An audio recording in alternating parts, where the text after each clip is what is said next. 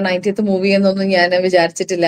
നമ്മൾ ഷൂട്ടിങ്ങിന് ശേഷം അവർ ചോദിച്ചതാണ് ഇത് എത്രാമത്തെ മൂവിയാണെന്നുള്ളത്. അപ്പോഴാണ് ഞാനും അത് റിയലൈസ് ചെയ്യുന്നത്. എനിക്ക് പേഴ്സണലി വളരെ ഇഷ്ടമുള്ള ഒരു ജോൺറ ആണ് ഇൻവെസ്റ്റിഗേഷൻ അല്ലെങ്കിൽ ത്രില്ലർ മൂവി എന്നുള്ളത്. എനിക്ക് ഭയങ്കര ഇഷ്ടമാണ്.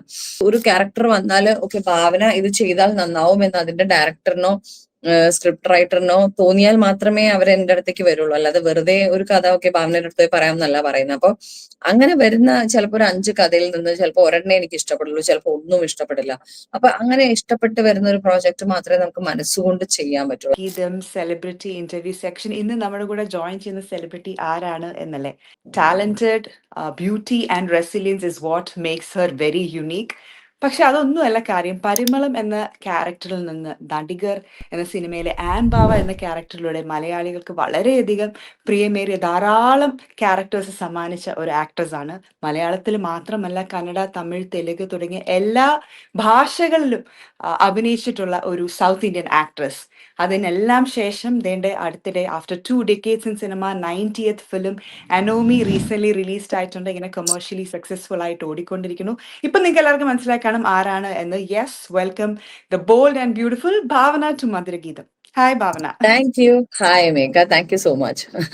ആദ്യം തന്നെ കൺഗ്രാറ്റുലേഷൻസ് പറയട്ടെ. You just recent won the cine icon award at Filmfare award south.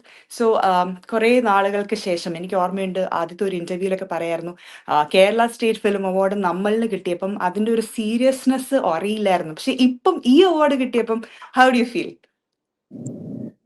Film fair എപ്പോഴും നമ്മൾ ചെറുപ്പം തൊട്ടേ കണ്ട് നമ്മൾ ടി വിയിലൊക്കെ കണ്ട് വളർന്ന ഒരു ഒരു ഐ മീൻ അവാർഡ്സ് ആണ്. നമ്മൾ ഇപ്പോഴും ഇഷ്ടമാണ്. പണ്ടത്തെ കുറച്ച് ഒരു വിന്റേജ് ഫിലിം ഫെയർ മൊമെന്റ്സ് ഒക്കെ ഇൻസ്റ്റാഗ്രാമിൽ കാണുമ്പോൾ ജസ്റ്റ് സ്റ്റോപ്പ് ആൻഡ് വാച്ച്. എനിക്ക് ഇഷ്ടമാണ്. So this is my second Filmfare award. ഞാൻ ഫസ്റ്റ് ചിത്രം പേസരി എന്നുള്ള എന്റെ തമിഴ് ഫിലിമിന് ബെസ്റ്റ് ആക്ട്രസ് ആണ് ഐ വൺ. സോ ഇതൊരു cine icon. I think that was so എന്താ പറയാ എൻകറേജിങ്. ഭയങ്കര ഒരു സന്തോഷമുള്ള ഒരു മൊമെന്റ് ആയിരുന്നു to hold that black lady again. നമ്മുടെ ലൈഫിൽ എന്ത് വലിയ ഒരു അവാർഡ് ആണെങ്കിലും, ഈവൻ ചെറിയ അവാർഡ് ആണെങ്കിലും, ഇറ്റ്സ് എ ഹ്യൂജ് എൻകറേജ്മെന്റ്. അപ്പൊ അത് ഭയങ്കര ഒരു ഹാപ്പി മൊമെന്റ് ആയിരുന്നു. And coming back to your latest film, നന്നായിട്ട് ഓടിക്കൊണ്ടിരിക്കുകയാണ്. അനോമിയിലെ character Sara Philip is like brilliant performance എന്ന് പറയാതിരിക്കാൻ പറ്റില്ല. പക്ഷെ 90th ഫിലിം അങ്ങനെ ഒരു മൈൽ സ്റ്റോണിൽ എത്തി നിൽക്കുമ്പോൾ ഇങ്ങനെ ഒരു ജോണർ മൂവിയില്ല. കാരണം നമ്മൾ ഭാവനയെ നമ്മൾ അറിയുന്നത് ഇപ്പൊ സ്വപ്നക്കൂടിലെ പത്മയായിട്ടും CID മൂസയിലും ഇല്ലെങ്കിൽ പരിമളും ആയിട്ടൊക്കെ ഒരു ഡിഫറെന്റ് ഒരു ക്യാരക്ടറിലാണ് നമുക്ക് ഊഹിക്കാൻ പറ്റുക. പക്ഷെ ഈ ഒരു ക്യാരക്ടറിലോട്ട് വരാൻ വേണ്ടി, ഇല്ലെങ്കിൽ ഇങ്ങനെ ഒരു സിനിമയിലോട്ട് വരാൻ what made you say yes that ഇതായിരിക്കണം എന്റെ 90th ഫിലിം എന്ന്?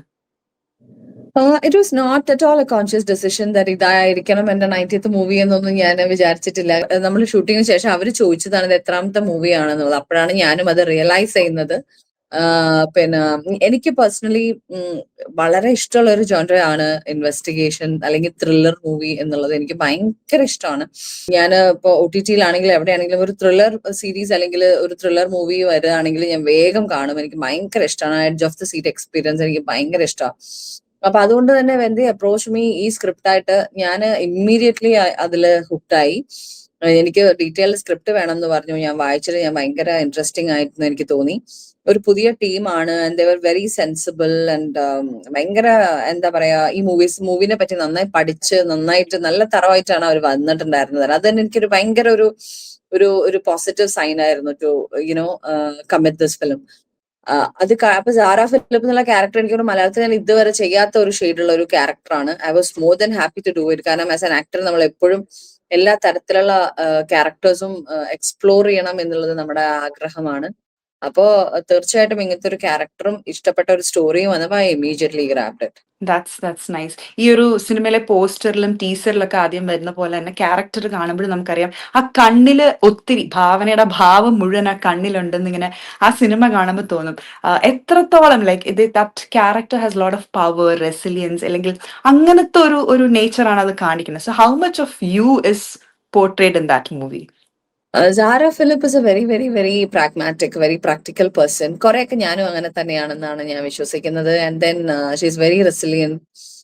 സംഭവിച്ചതിൽ നിന്ന് ഇങ്ങനെ സൽക്കീകരിക്കാത്ത, she wants to know what is next. And അങ്ങനെ ഒരു എംപാർക്കിംഗ് ജേർണി ഉണ്ട് സാറയുടെ ഭാഗത്ത് നിന്ന്. ഐ തിങ്ക് അതൊരു ട്രേറ്റ് കുറെയൊക്കെ എനിക്കും ഉണ്ട്. അങ്ങനെ എനിക്കൊരു ഇത് കണക്ഷൻ തോന്നിയിട്ടുണ്ട്. പക്ഷെ ഭയങ്കര ഒരു ഇമോഷണൽ കണക്ഷൻ. ഓഫ് കോഴ്സ് എനിക്ക് തോന്നിയത്, ഞാനത് അഭിനയിച്ചുകൊണ്ടിരിക്കുമ്പോഴേ അല്ല, മൂവി ഞാൻ തിയേറ്ററിൽ കണ്ടതിന് ശേഷം ആ ഒരു സാറ കാർ ഓടിച്ച് പോകുന്നിടത്താണ് എൻ ടൈറ്റിൽ വരുന്നത്. ആ ഒരു ഷോട്ട് കണ്ടപ്പോ എനിക്ക് ഭയങ്കര ഒരു ഹെവിനെസ് ഇൻ ദ ചെസ്റ്റ് എന്നുള്ള ഒരു ഫീൽ എനിക്ക് തോന്നി. കാരണം oh my god, her journey has ended എന്നുള്ളൊരു റിയലൈസേഷൻ എനിക്ക് അന്ന് ആ തിയേറ്ററിൽ നിന്ന് കണ്ടപ്പോ എനിക്കൊരു ഭയങ്കര ഒരു വിഷമം തോന്നി എനിക്ക്. But that was A bitter sweet moment എന്ന് പറയുന്ന പോലത്തെ ഒരു ഇതായിരുന്നു. കാരണം ആ ക്യാരക്ടറിനോട് എനിക്ക് അത്രയ്ക്ക് ഇഷ്ടം തോന്നിയത് കൊണ്ടാണ്. And this is the 4th week Anomie ഇവിടെ നാട്ടിലൊക്കെ വളരെ നന്നായി തന്നെ പോയിക്കൊണ്ടിരിക്കുന്നു. കണ്ടവരൊക്കെ ഒരേപോലെ നല്ല അഭിപ്രായം പറയുന്നു. And we are all happy. കാരണം നമ്മളൊരു നല്ല ഒരു ക്വാളിറ്റി ഫിലിം ആണ് ചെയ്തത്. അത് കിട്ടേണ്ട ആൾക്കാർക്ക് നല്ല രീതിയിൽ അത് നന്നായിട്ട് കിട്ടുന്നുണ്ട്. അതിന്റെ ആ ഒരു അപ്രിസിയേഷൻ അല്ലെങ്കിൽ ഒരു പിന്നെ പോസിറ്റീവ് റെസ്പോൺസ് വരുമ്പോൾ നമ്മളൊക്കെ ഭയങ്കര ഹാപ്പിയാണ്. അത് ശരിയാണ്. അത് എപ്പോഴും അഭിനയിച്ചുകൊണ്ടിരിക്കുന്നതിനെക്കാട്ടിലും കൂടുതൽ എനിക്ക് തോന്നുന്നു അത് തിയേറ്ററിൽ കാണുമ്പോഴാണ് ശരിക്കും ആ ഒരു ക്യാരക്ടർ ഉൾക്കൊള്ളാൻ പറ്റുന്നത്. അല്ലെ എങ്ങനെയാണല്ലോ അത് വന്നത് അല്ലേ? എക്സാക്ട്ലി. വിത്ത് റീ റെക്കോർഡിങ് അത് ഇതൊക്കെ കൂടി വരുമ്പോഴാണ് അതിനൊരു പൂർണ്ണത വരുന്നത്. വരുന്നത്. അഗൈൻ ഈ സിനിമയിലൂടെ പ്രൊഡ്യൂസർ എന്ന നിലയിലും ഫസ്റ്റ് ടൈം ആയിരുന്നു. അതെങ്ങനെയാണ്? നവീന്റെ ഇൻഫ്ലുവൻസ് ആണോ? Or how do you get into ആ ഒരു പ്രൊഡ്യൂസർ പക്കറ്റിലോട്ട്? ഇത് അതും ഒട്ടും ഒരു പ്ലാൻഡ് ഡിസിഷൻ ആയിരുന്നില്ല. ഞാൻ ആസ് ആൻ ആക്ടർ തന്നെയാണ് ഈ മൂവി കമ്മിറ്റ് ചെയ്തത്. പിന്നെ after 1 or 2 schedules I think ഇവരുടെ ടീം തന്നെയാണ് എൻ്റെ അടുത്ത് ചോദിച്ചത്, ഒരു പ്രൊഡക്ഷന്റെ ഒരു ഭാഗമാവാൻ താല്പര്യമുണ്ടോ എന്ന് ചോദിച്ചപ്പോൾ ഞാനും ഒരു വൈ നോട്ട് എന്നുള്ളൊരു ഇതിലെത്തി.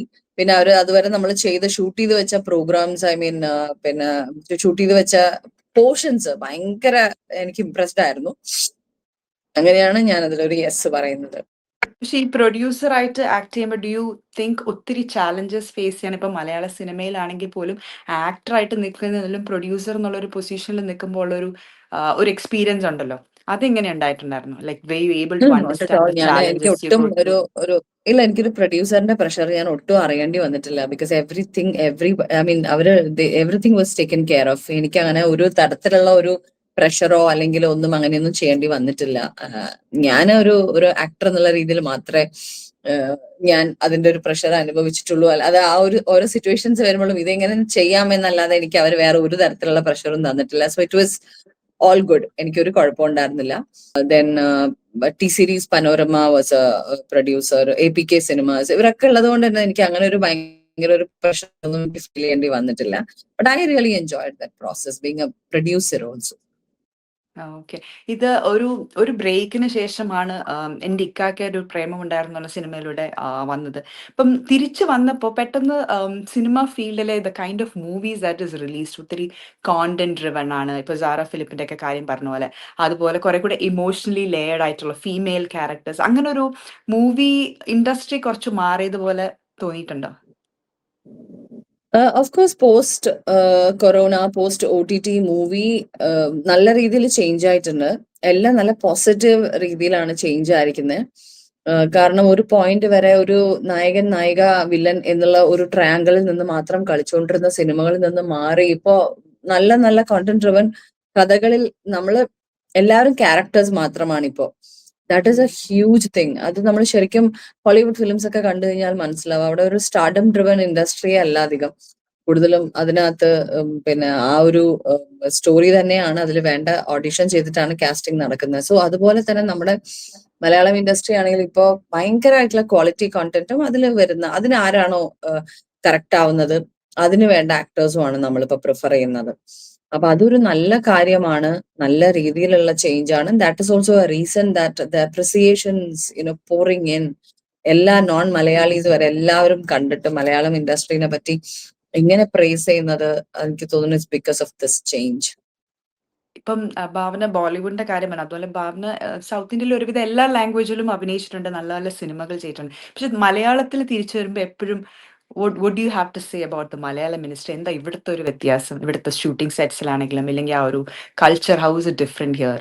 മൂവീസില് കൾച്ചർ ഡിഫറൻസ് എനിക്ക് തന്നെ കുറെ കൂടി നമ്മള് മുൻപ് തൊട്ടേ പരിചയമുള്ള കുറെ ആൾക്കാരുടെ ആ ഒരു ഫ്രണ്ട്ലി ആയിട്ടുള്ള അറ്റ്മോസ്ഫിയർ എനിക്ക് ശരിക്കും മലയാളത്തിൽ ഭയങ്കര ഇഷ്ടമാണ്. നമ്മൾ പറയുന്ന തമാശകളൊക്കെ എല്ലാവർക്കും മനസ്സിലാവും. നമ്മൾ ഭയങ്കര അടിപൊളിയായിട്ട് ചിരിച്ച് കളിച്ച്, തമിഴ്, കന്നഡ എന്നൊക്കെ പറയുമ്പോൾ അവിടെ കൂടുതലും ആ ഒരു റെസ്പെക്ട് ഇങ്ങനെ മുമ്പിൽ നിൽക്കുന്നതുകൊണ്ട് അധികം വന്ന് സംസാരിക്കാനും ഒന്ന് മാഡം ഷോർട്ട് റെഡി മാം അങ്ങനെ അങ്ങനെ അങ്ങനെ ആ സാധനത്തിലാണ് നിൽക്കുക. ഇവിടെ പണ്ട് തൊട്ടേ അറിയുന്ന ആൾക്കാരും മോളെ തൊട്ട് എടി പറയുന്ന ഫ്രണ്ട്ഷിപ്സ് ഒക്കെ ഉള്ളത് കാരണം എനിക്ക് ഭയങ്കര ഒരു അങ്ങനത്തെ ഒരു കൈൻഡ് ഫീൽ ഓഫ് ഒരു ബാക്ക് ഹോം ഫാമിലി അല്ലേ? ഫീല് യാ ഡെഫിനറ്റ്ലി ഉണ്ട്.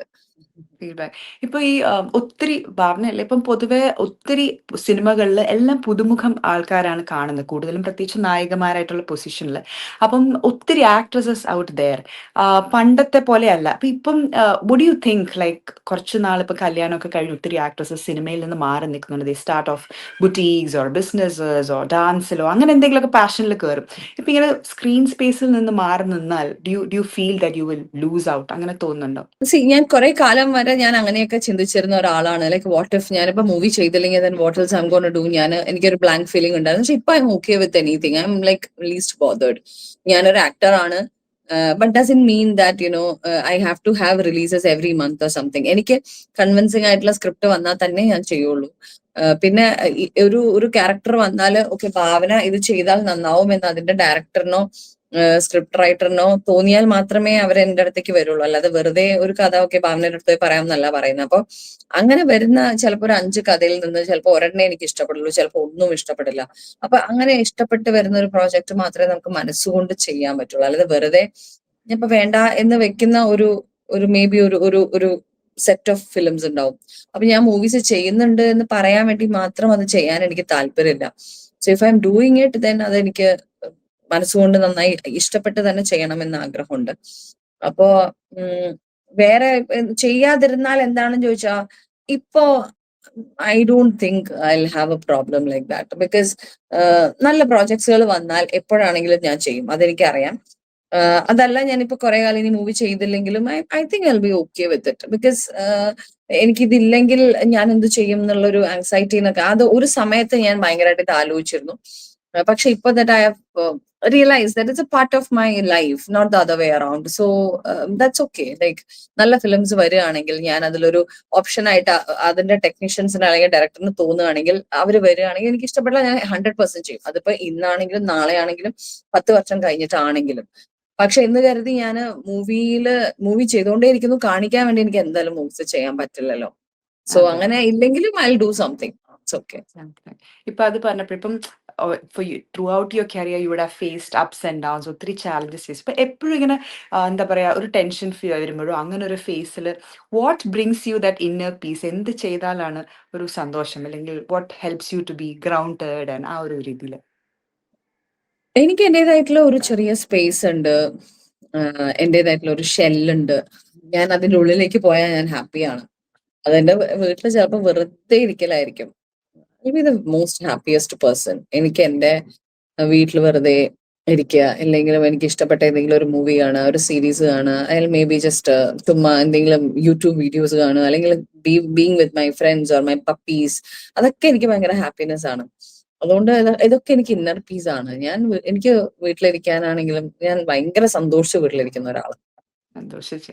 ഇപ്പം ഒത്തിരി വർഷങ്ങൾക്ക് മുമ്പ് ആദ്യം ഇറങ്ങിയ ഒരു സിനിമയാണല്ലോ പരിമളം എന്നുള്ളൊരു ക്യാരക്ടറും നമ്മൾ ഇപ്പോഴും ആളുകൾ ഓർത്തിരിക്കുന്ന ആ ഒരു ക്യാരക്ടറിലൂടെ. ഇപ്പൊ ഒരു ചാൻസ് കിട്ടുവാണെങ്കിൽ ആ പരിമളത്തിന് ഇപ്പോഴത്തെ ഭാവനയുടെ ഒരു അഡ്വൈസ് എന്തായിരിക്കും? പരിമളത്തിനോടുള്ള അഡ്വൈസ് എന്ന് പറയുന്നത് that I'll definitely tell her that ഒരു നമ്മൾ പ്രതീക്ഷിക്കുന്ന പോലെ ഒരു എന്താ പറയാ വാക്ക് ഇൻ ദ പാർക്ക് കരിയറോ ലൈഫോ ആയിരിക്കില്ല. there are going to be a lots of ups and downs. നമ്മൾ വിചാരിക്കുന്ന പോലെ ഒരു സ്മൂത്ത് റൈഡ് ആയിരിക്കില്ല. So just prepare your self എന്നായിരിക്കും. ആയിരിക്കും. അപ്പൊ ഇപ്പം ഇതിനെ സിനിമയെ കുറിച്ച് പറഞ്ഞപ്പോൾ ആലോചിക്കാം, എന്താണ് ഇനിയും അപ്കമിങ് പ്രോജക്ട്സ്? ഇൻ കന്നഡ ഞാൻ ഒരു സ്പാർക്ക് എന്ന് പറഞ്ഞിട്ടൊരു ഫിലിം ചെയ്ത് കഴിഞ്ഞു. ആൻഡ് മലയാളത്തില് ഒരു ഫൺ ഫിലിം, അതിന് ടൈറ്റിൽ ഇട്ടിട്ടില്ല. ഞാൻ ഉർവശി ചേച്ചി, ശ്രീനാഥ് ബാസിയും ഒക്കെ ആയിട്ട് ഞങ്ങൾ ഓൾമോസ്റ്റ് ഒരു 80% ഷൂട്ടിംഗ് കഴിഞ്ഞു. കുറച്ചും കൂടി ഉണ്ട് ചെയ്യാനായിട്ട്. അതൊക്കെ അപ്പൊ അതിന്റെ വർക്കാണ് ഇനി ബാക്കിയുള്ളത്. ഇമ്മീഡിയറ്റ്ലി ഞാൻ ഷൂട്ടിംഗ് സ്റ്റാർട്ട് ചെയ്യുന്നതിന് എന്റെ വേറൊരു കന്നഡ ഫിലിം ആണ്. അതിന്റെ ഡേറ്റ് പക്ഷെ കൺഫേം ആയിട്ടില്ല. May be it will happen around March end April ഒക്കെ ആകുമ്പോൾ ചിലപ്പോ. So, before I wind up, one message you have for our Madhuragidam audience and the Canadian Malayali community, എന്താണ് അവരോട് പറയാനുള്ളത്? ഞാൻ കാനഡയിൽ ഇതുവരെ വന്നിട്ടില്ല. US-ലൊക്കെ കുറെ വന്നിട്ടുണ്ട്. ഈവൻ നയഗ്ര ഫോൾസിന്റെ അവിടെ വരെ ബോർഡറിൽ നിന്നിട്ട് ഞാൻ കാനഡ കണ്ടിട്ടുള്ളൂ. ഞാൻ പോയിട്ടില്ല. പിന്നെ കാനഡയിൽ എനിക്കുള്ള ഒരു ബന്ധം, എന്റെ ചേട്ടനെ അവിടെ പഠിച്ചിട്ടുണ്ടായിരുന്നു. കാനഡയിൽ ചേട്ടൻ പഠിച്ചിട്ടുണ്ട്.